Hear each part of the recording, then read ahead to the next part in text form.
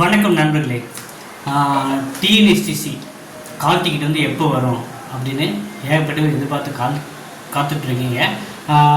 So உங்களுக்கான ஒரு காணொலி தான் இது.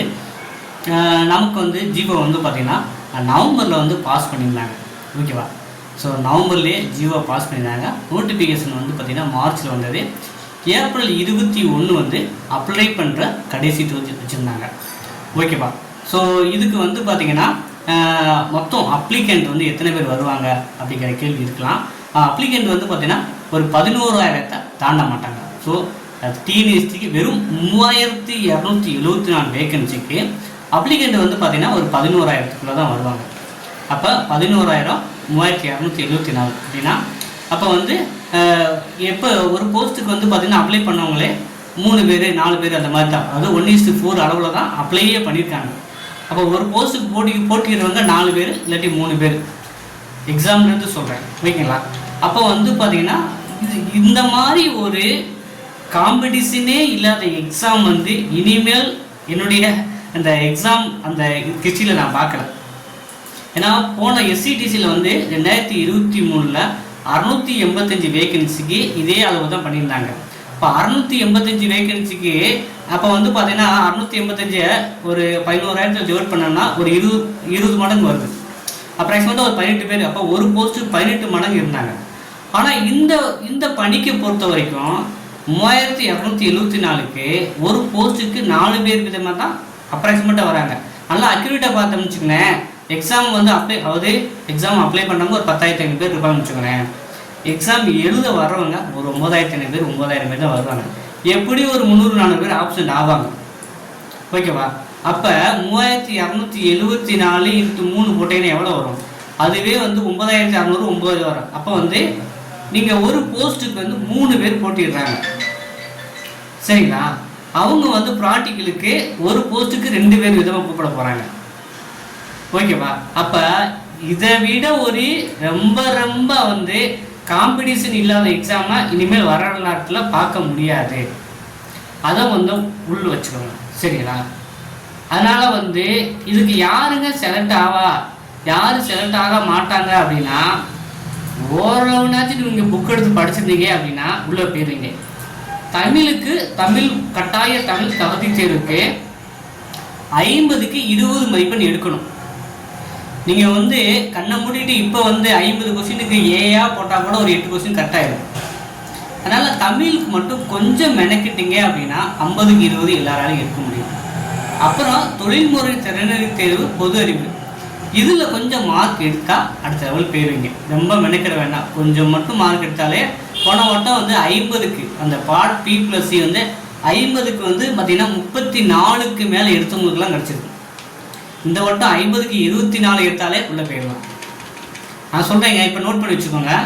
50க்கு ஒரு 25-24 எடுத்தால் கூட உள்ளே போயிடலாம். ஏன்னா காம்படிஷன் அந்த அளவு கம்மி இல்லை. அதனால் வந்து நான் என்ன சொல்கிறேன்னா, அந்த 24 எடுக்கணும், ஒரு 25 எடுக்கணும், ஒரு 28 எடுக்கணும் அப்படின்னா இன்னும் இதில் நல்ல மார்க் எடுத்தனா உங்களுக்கு ப்ராக்டிக்கலில் கொஞ்சம் கூட மார்க் வரும். சரி, நான் இதுக்காக சொல்கிறேன். நீங்கள் நல்லா ஸ்கோர் பண்ணணும்னா நீங்கள் வந்து மொத்தம் வந்து அவங்க அப்பாயின்மெண்ட் கொடுக்கும்போது அந்த டோட்டல் வெயிட் மார்க் பார்க்குறாங்கல்ல, இந்த எழுத்து தேர்வு 50 மதிப்பெண் வச்சுக்கோங்க.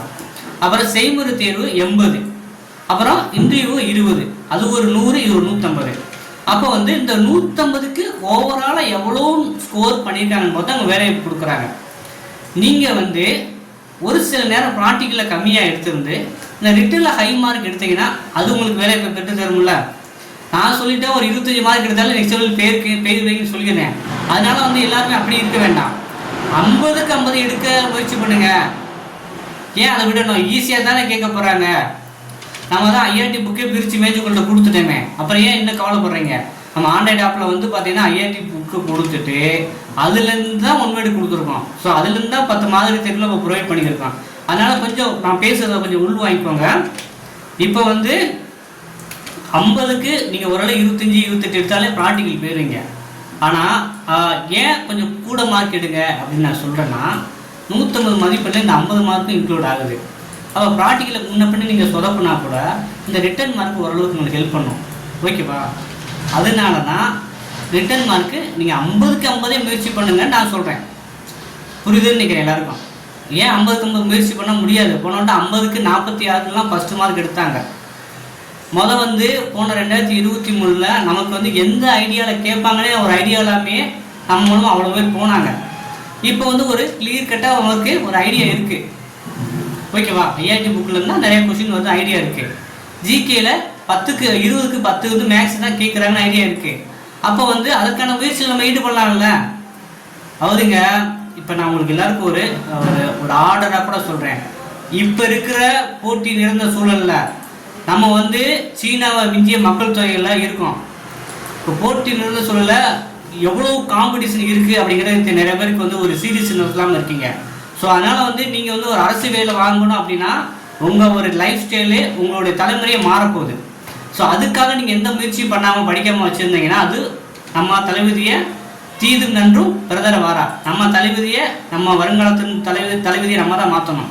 ஸோ அதனால் வந்து நீங்கள் முயற்சி வச்சா தான் இதெல்லாம் சாத்தியப்படும். ஸோ நமக்கு வந்து அப்போ வந்து பார்த்தீங்கன்னா இப்போ வந்து ஒரு எலாபரேட்டாக உங்களுக்கு எல்லாருமே எல்லா விஷயமும் இப்போ யூடியூப் வாயிலாக தெரிய வருது.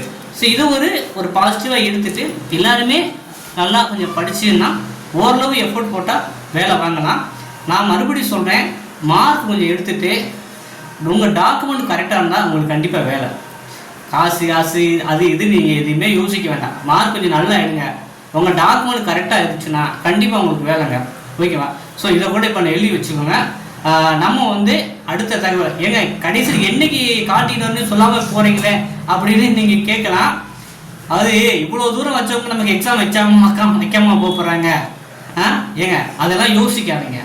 கால்டீட் வர முன்னப்பின்னு ஆகலாம். எஸ்சிடிசிக்கு வந்து 2 மாதம் ஆச்சு. செப்டம்பர் 17 முடிஞ்சு நவம்பர் அதே 17-20 வாக்கில் எக்ஸாம் வச்சுட்டாங்க. அடுத்த ஒரு 10 நாள்லேயே ரிசல்ட் போட்டாங்க.